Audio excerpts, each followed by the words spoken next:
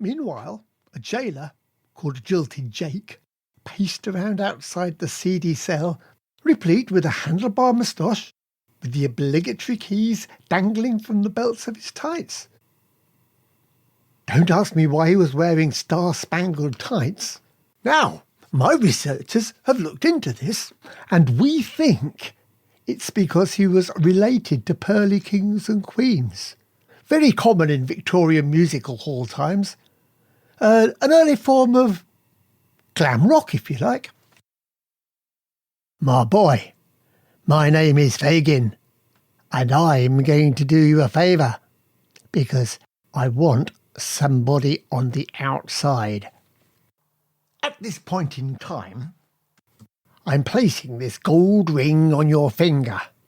When you find yourself in a situation in which you feel you can take advantage and get the whip hand, just rub the ring 3 times and twist around 3.5 times, and the situation could change to your advantage.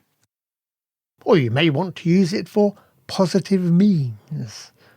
That's down to you, young urchin. Don't be so silly, replied Oliver. That's ridiculous. I've never heard of so much nonsense in my life. Don't you ever call me a liar, young lad, or I'll chop your ear off with my trusty blade. All right, keep your hair on, whatever's left of it. I'll try it, said Oliver, still not believing the murky-looking character describing himself as Fagin. At that point he stood up, rubbed his ring 3 times, did the twist 3.5 times, and, in a puff of smoke, he found himself on the other side of the cell, wearing the jailer's attire and sporting a huge handlebar moustache. He looked into the cell, and Jilted Jake the jailer was dressed in his orphan-like rags and stuck there with Fagin. You're right, this works, he said. I might come back, Fagin, or I might not. See you later. And off he toddled with the keys and let himself out of the jail, walked down the road, and at that point in time he realised he had a great hunger.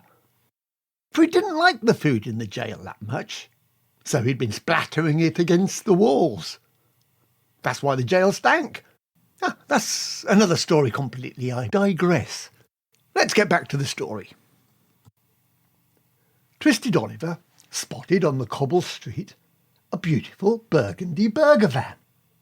Oh, I feel like a burger every now and again. And a triple cheeseburger with extra fries sounds good.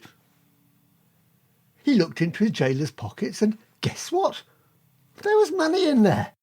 These jailers with star-spangled prototype glam rock tights must have quite a few bob. Here I am, dressed as one, looking like the pillar of the pearly king and queen community.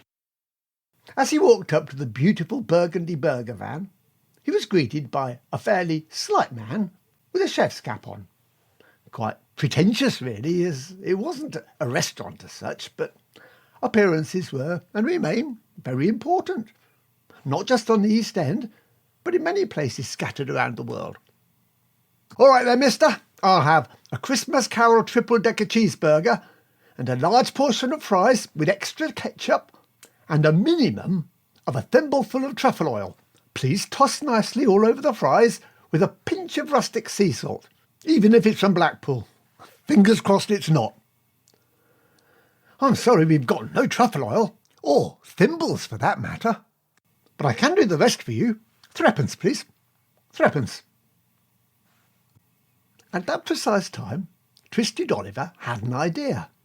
Aha!